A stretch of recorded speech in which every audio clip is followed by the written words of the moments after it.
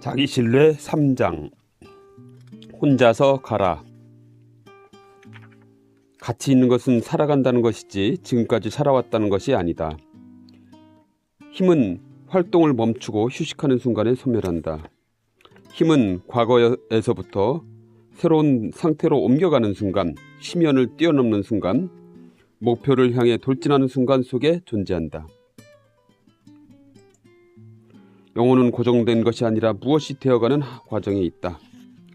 이 사실을 온 세상은 싫어한다. 왜냐하면 그 사실이 과거의 가치를 영원히 떨어뜨리고 모든 부를 가난으로 바꿔놓고 모든 명성을 수치로 뒤바꾸고 성인과 악한을 혼동시키고 예수와 유다를 같은 쪽으로 밀어내기 때문이다. 그렇다면 왜 우리는 자기 신뢰에 관해 말하고 있는 것일까?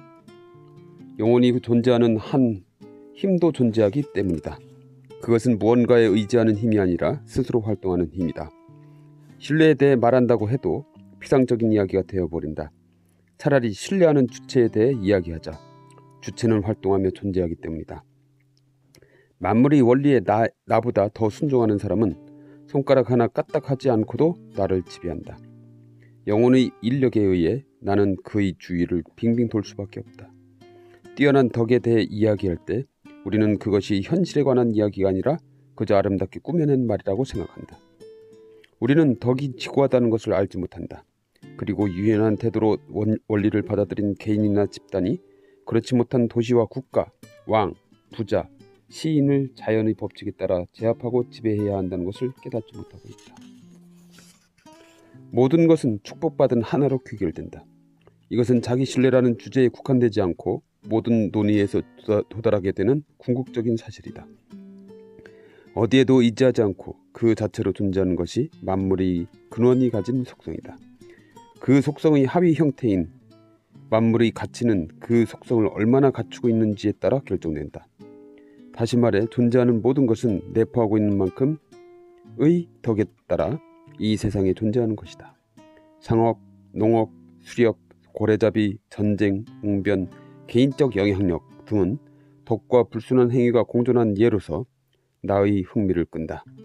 자연계에서도 종의 보존과 성장을 위해 같은 법칙이 작용하고 있다. 힘은 자연계에서 정당성의 근본 척도이다. 자연은 스스로 돕지 못하는 존재가 자신의 왕국에서 살아가도록 허용하지 않는다. 행성의 탄생과 성장, 그 행성의 균형과 궤도, 강풍에 휘어졌다가 스스로 고추서는 나무, 모든 동식물의 생태 등은 자족적이고 따라서 자기의존적인 영혼을 보여주는 예이다. 이처럼 모든 것은 한 가지에 집중된다. 그러므로 밖으로 돌아다니며 헤매지 말고 만물의 근원과 더불어 자신의 내면에 머물도록 하자. 이 신성한 사실을 단도직입적으로 선언해 인간과 책과 제도라는 침입자 무리를 깜짝 놀라게 하자. 침입자들에게 신발을 벗으라고 명령하자. 왜냐하면 우리의 내부에 신이 함께하고 있으니까. 우리의 소박함으로 그들을 판단하자. 자신의 법에 따라 살아가는 유순함을 통해 우리가 본래 갖고 있는 풍요함에 비해 자연과 운명이 준 것은 얼마나 보잘것없는지를 보여주자. 하지만 지금 우리는 어리석은 대중에 불과하다. 인간이라는 존재에 대해 경외심을 품지 않는다. 자신의 재능을 믿고 집에 머물면서 내면의 큰 바다와 교류하지 않고 밖으로 나가 남의 항아리에서 물 한 잔을 구걸한다. 우리는 혼자서 가야 한다.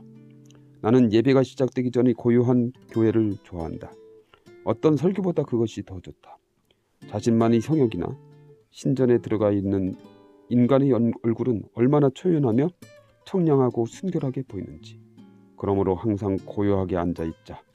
내가 앉아있는 벽난로 앞에 친구나 아내, 아버지, 아이가 함께 있다고 해서 같은 피를 나누었다고 해서 내가 그들의 잘못을 떠안을 이유는 무엇인가?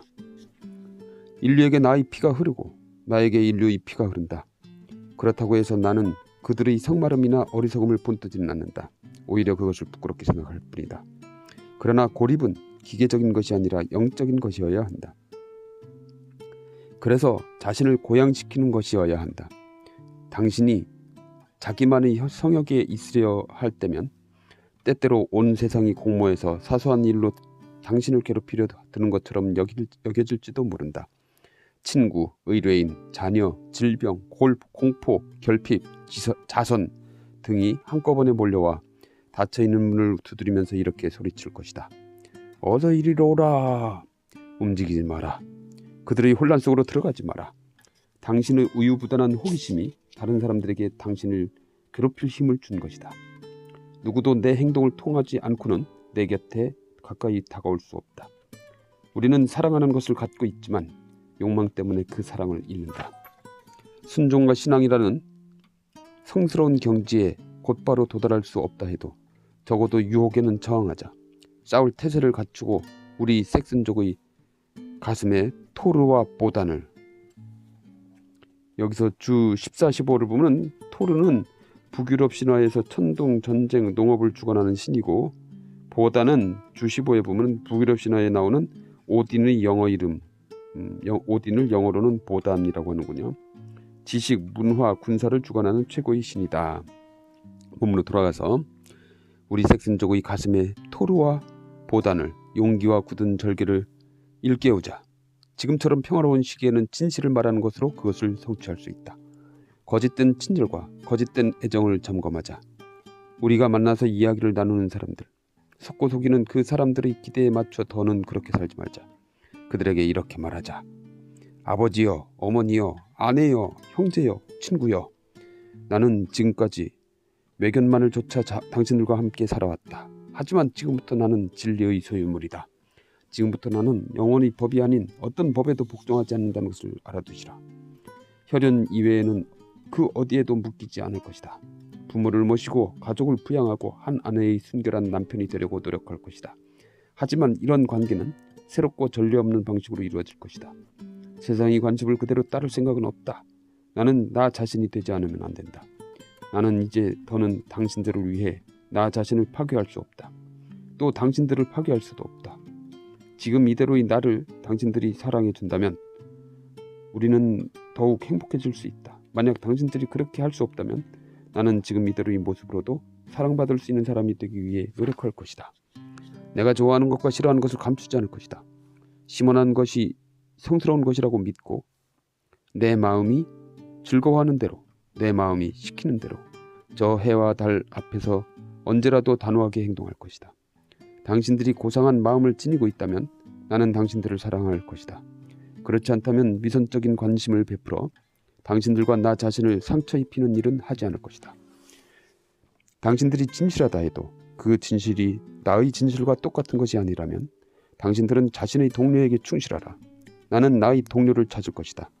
이기심 때문이 아니라 겸손하고 진실한 마음으로 그렇게 하는 것이다.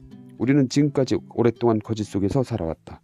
하지만 진실하게 사는 것은 당신을 위한 것이고 나를 위한 것이며 그리고 우리 모두를 위한 것이다. 지금 이런 이야기가 불쾌하게 들리는가?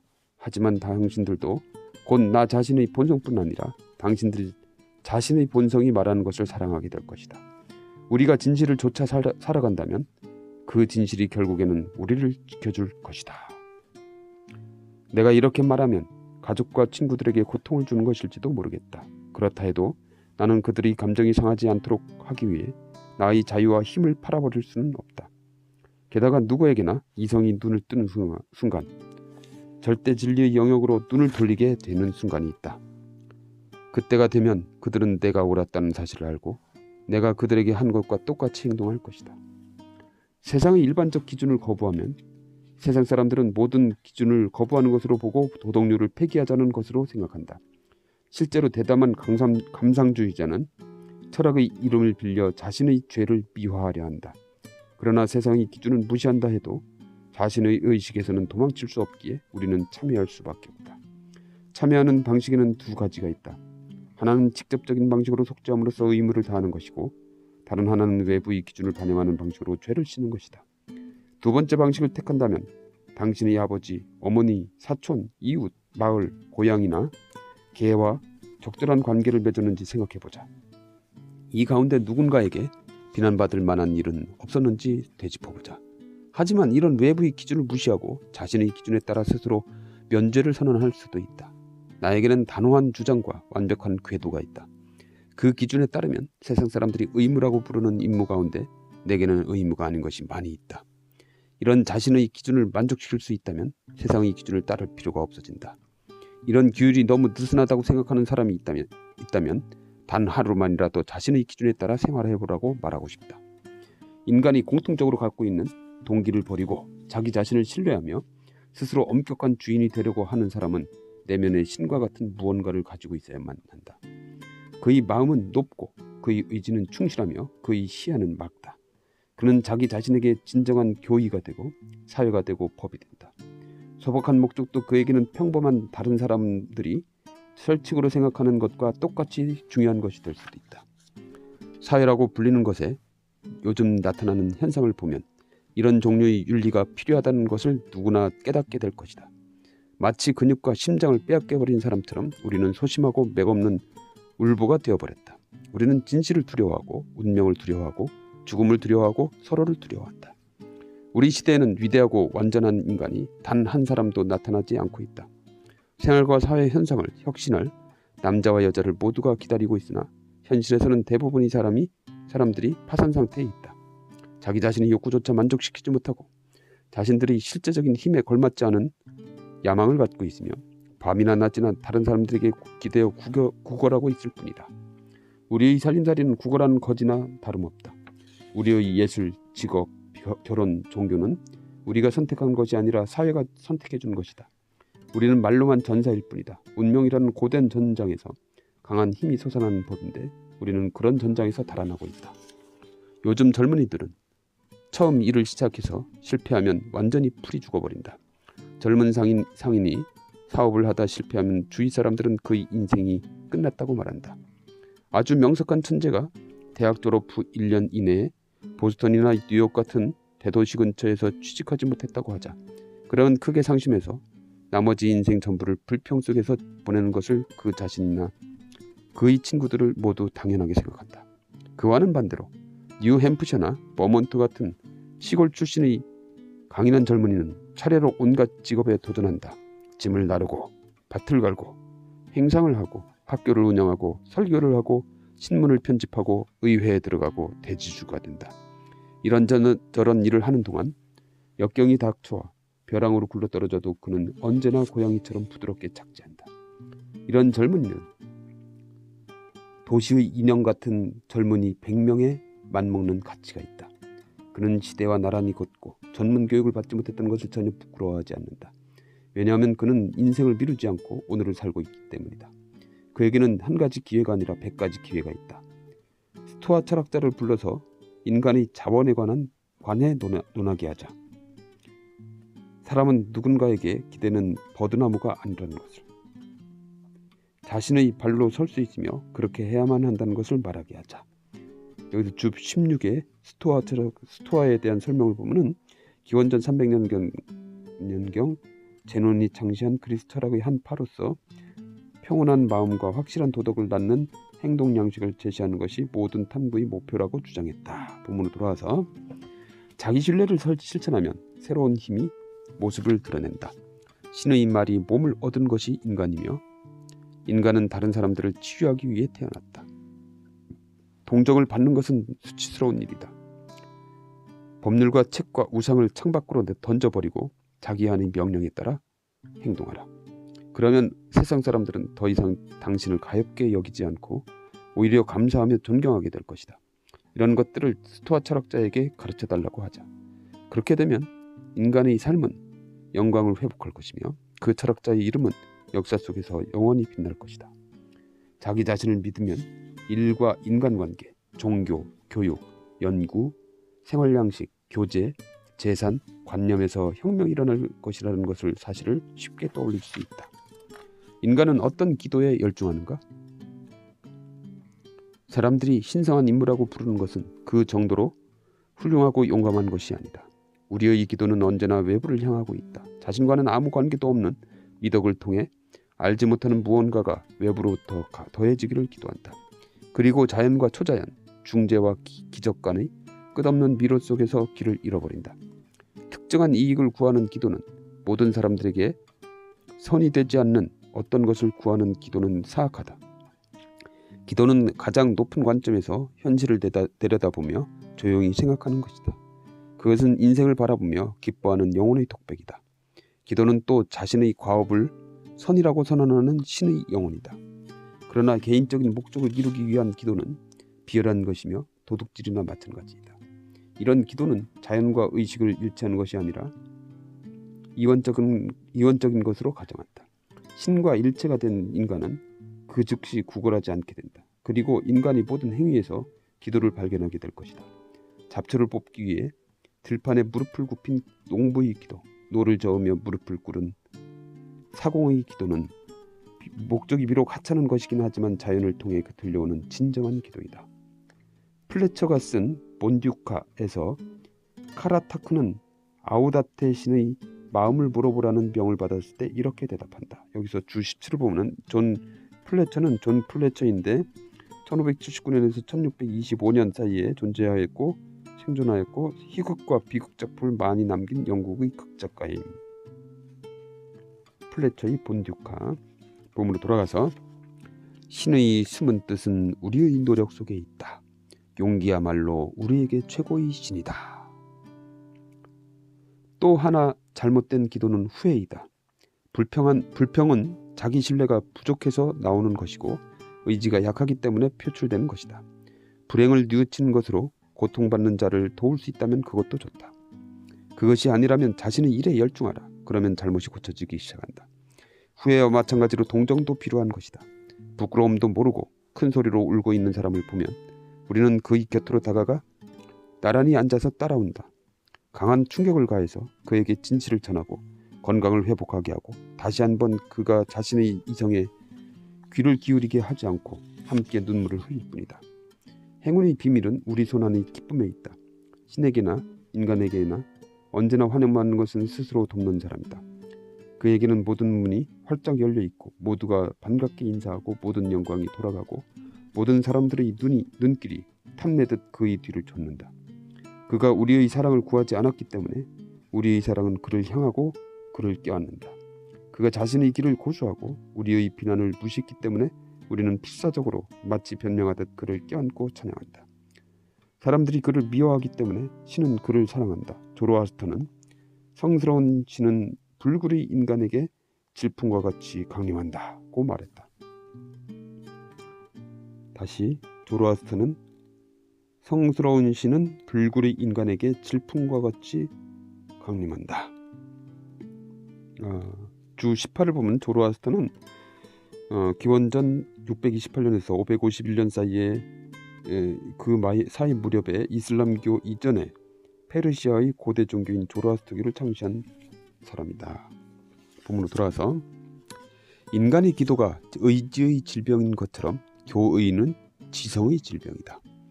그들은 저 어리석은 이스라엘 백성들과 더불어 이렇게 말한다. 당신이 우리에게 말씀하소서 우리가 들으리이다. 하나님이 우리에게 말씀하시지 말게 하소서 우리가 죽을까 하나이다. 여기서 주 19를 보면 이스라엘 백성들이 모세에게 한 말로서 구약성서 출애굽기 20장 19절에 나오는 말씀입니다. 본문으로 돌아가서 어디에 가더라도 나는 내 형제 속에 깃든 신과 만난 것을 방해받고 있다. 왜냐하면 형제는 자기 신전의 문을 닫아걸고 자기 형제의 신 혹은 그 형제의 형제의 신에 대한 우화만을 감정하고 있기 때문이다. 새로운 정신은 새로운 분류를 갖게 된다. 로크, 라부아지에, 허턴, 벤담, 프리에처럼 비범한 활동과 힘을 갖춘 정신이 나타나면 그것은 일파를 이루어 다른 사람들에게 자신의 분류를 적용한다. 여기서 주 20, 21, 22, 23, 24를 보면은 주 20, 존 로크는 1632년에서 1704년에 생존하였고 영국의 철학자로서 계몽철학과 경험론의 원조로 일컬어진다. 그 다음에 주 21, 앙투안 라부아지에는 1743년에서 1794년 사이에 생존하였고 프랑스의 화학자로서 그가 쓴 화학 명명법은 현재 사용되는 화학 수로의 기초가 되었다. 다음 주 22, 제임스 허턴은 1726년에서 1797년 사이에 생존하였고 영국의 지질학자로서 근대 지질학의 창시자로 불린다. 그 다음에 주 23을 보면 제러미 벤담 1748년에서 1832년 사이에 생존하였고 영국의 철학자이자 법학자로서 인생의 목적은 최대 다수의 최대 행복에 있다는 공리주의를 주장한 사람이다. 그다음에 주 24를 보면은 샤를 푸리에는 1772년에서 1837년 사이에 생존하였고 프랑스의 사회사상가로서 공상적 사회주의자로 생산자 협동조합을 주장했다. 본문으로 돌아와서 그 새로운 정신의 만족감은 사상의 깊이에 따라 또 거기까지 제자들이 도달할 수 있도록 그들의 손에 닿는 범위에 얼마나 많은 것들을 제시했느냐에 따라 결정된다. 그런 경향이 가장 뚜렷하게 나타나는 것은 교의와 교파이다. 교의와 교파도 인간의 의무나 신과 인간의 관계라는 근본적인 개념에 막대한 영향력을 발휘하는 강력한 정신의 분리에 지나지 않는다. 켈빈주의, 퀘이커교, 스베덴보리교 등이 그것이다. 그 종파의 입문자들은 모든 사물에 새로운 용어를 붙이면서 식물학을 갓 배운 소녀가 식물학 용어를 적용해 대지와 계절을 새로운 눈으로 볼 때와 같은 기쁨을 느낀다. 제자들은 스승의 가르침에 따라 공부하면서 얼마 동안은 자신들의 지력이 성장한다고 생각할지도 모른다. 그러나 균형 잡히지 못한 정신은 분류를 우상화한다. 분류를 재빨리 사용해서 소진해야 할 수단이 아니라 궁극적인 목적으로 여기게 된다. 그래서 그들의 눈 속에서는 새로운 체계의 벽이 먼 지평선에서 우주의 벽과 뒤섞여 한계가 없어진다. 그들에게는 하늘의 별들이 스승이 세운 궁룡에 걸려있는 것처럼 보인다. 그들은 일파에 속하지 않는 외부인이 어떻게 별을 볼 권리를 갖는지, 심지어 어떻게 별을 볼 수 있는지도 이해하지 못한다. 뭔가 수를 써서 우리에게서 빛을 훔쳐간 것이 틀림없다고 생각한다. 그들은 빛이 특정한 일파에 속하거나 정복당하지 않는 것이어서 어떤 오두막집도 비춘다는 것을, 그래서 그들이 사는 오두막 역시 비춘다는 것을 깨닫지 못한다. 그런 사람들은 얼마 동안 자신들이 좋을 대로 떠들면서 빛이 자기들의 것이라고 말하게 내버려 두자. 입으로 어떤 말을 하건 그들이 정직하고 훌륭하게 살아간다면 아늑하기만 했던 그들의 새로운 오두막이 머지않아 너무 좁고 또 낮게 느껴질 것이다. 그 오두막은 기울고 허물어지고 썩어서 없어질 것이다. 그때 불멸의 빛이, 젊음과 기쁨에 넘치는 빛이, 무수한 광륜과 무수한 색채를 가진 빛이 천지창조의 아침처럼 온 우주를 비출 것이다. 교양 있는 사람들이 아직껏 여행이라는 미신에 매혹당하는 것은 자기 소양이 부족한 탓이다. 이미 신에 사로잡힌 사람들은 이탈리아와 영국, 이집트 등을 숭배한다. 이처럼 영국, 이탈리아, 그리스를 신성한 땅으로 숭배하게 된 것은 그곳에 살던 사람들이 그 땅이 곧 지구의 지축이나 되는 듯 자신들의 땅에 집착했기 때문이다. 하지만 인간이 내부에서 힘이 넘쳐오르면 그는 자신의 의무 속에서 자신이 있어야 할 장소를 발견하게 된다. 영혼은 여행자가 아니다. 현명한 사람은 집에 머무른다. 필요나 의무 때문에 집을 떠나는 일이 있고 때때로 외국에 나가기도 하지만 마음은 여전히 집에 있을 때와 다름없다는 평온한 얼굴을 하고 있다. 그런 표정을 본 이들은 그가 지혜와 덕을 전하는 사람이라는 것을 깨닫게 된다. 그는 상인이나 시종이 아니라 마치 군주처럼 당당하게 도시와 사람들을 방문한다. 여행을 떠난 사람이 자신이 태어난 곳을 사랑한다면 나도 예술과 학문, 박애를 위해 세계를 여행하는 것을 심술궂게 반대하지 않는다. 여행의 목적이 그가 알고 있는 것보다 좀 더 굉장한 무엇을 찾으려는 것이 아니라면 말이다. 그러나 즐기기 위해 여행하는 사람, 자신에게 없는 것을 손에 넣기 위해 여행하는 사람은 자신에게서 도망치는 것이다. 낡은 것들 속에서 젊은이의 마음은 늙어버린다. 테베나 팔미라에서 그의 의지와 정신은 그 고대 도시들과 마찬가지로 낡아서 황폐해진다. 그는 폐허의 폐허를 가져가는 것이다. 여기서 테베, 팔미라에 대한 주를 보면은 테베는 이집트의 고대 도시이고 팔미라는 시리아의 사막에 있는 유적지이다. 본문으로 돌아가서 여행은 어리석은 자의 낙원이다. 한 번이라도 여행을 떠나보면 어디에 가더라도 그곳이 그곳일 뿐 그다지 차이가 없다는 점을 깨닫게 된다. 집에 앉아서 나폴리나 로마를 상상할 때면 이국적인 도시의 아름다움에 취해서 슬픔 따위는 잊을 수 있을 것 같다.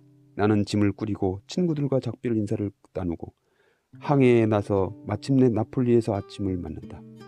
하지만 그곳에서도 엄연한 현실, 곧 내가 도망쳐온 슬픈 자아가 예전과 조금도 달라지지 않은 모습으로 가차없이 다가온다. 나는 바티칸을 방문해 궁정을 둘러본다. 경치와 암시에 취한 척 가장해보지만 사실은 도취되지 않는다. 내가 어디를 가더라도 나의 분신인 거인은 언제나 나와 함께 있다. 여행을 열망하는 것은 지적 활동 전체에 영향을 주는 한층 깊은 불건전함을 보여주는 징후이다. 지성이란 본래 방랑자처럼 정처 없이 떠돌았다는 것인데 현대의 교육제도 탓에 불안정한 성격이 더욱더 강해졌다. 육체가 집에 머물러 있어야만 할 상황일 때 우리의 마음은 여행을 떠난다. 그래서 우리는 모방한다. 그 모방이란 바로 정신의 여행이다. 우리는 이국적인 집을 짓고 외국의 장식품으로 선반을 꾸민다. 자신의 의견과 취미, 능력보다 과거의 것과 멀리 있는 것을 더 좋아하고 그것을 흉내낸다. 그러나 예술의 번성기에 그 예술을 창조한 것은 언제나 인간의 영혼이었다. 예술가는 자신의 정신에서 모델을 찾았다. 자신의 느낌을 기준으로 무엇을 만들 것인지, 어떻게 만들 것인지를 생각했다. 그렇다면 우리가 도리아 양식이나 고딕 양식을 흉내낼 필요가 어디 있는가? 아름다움과 편리함, 위대한 사상, 기이한 표현은 그들만의 것이 아니라 우리 주변에도 얼마든지 있다. 현대의 예술가가 희망과 애정을 갖고 자신이 창조하고자 하는 것을 연구한다면 그가 사는 곳의 기후와 토양, 낮의 길이, 사람들의 요구, 정부의 관습과 형식 등을 검토한다면 그는 이 모든 조건에 들어맞고 나아가 취미와 정서도 만족시키는 그런 집을 지을 수 있을 것이다. 여기까지 제3장 혼자서 가라 다 읽었습니다.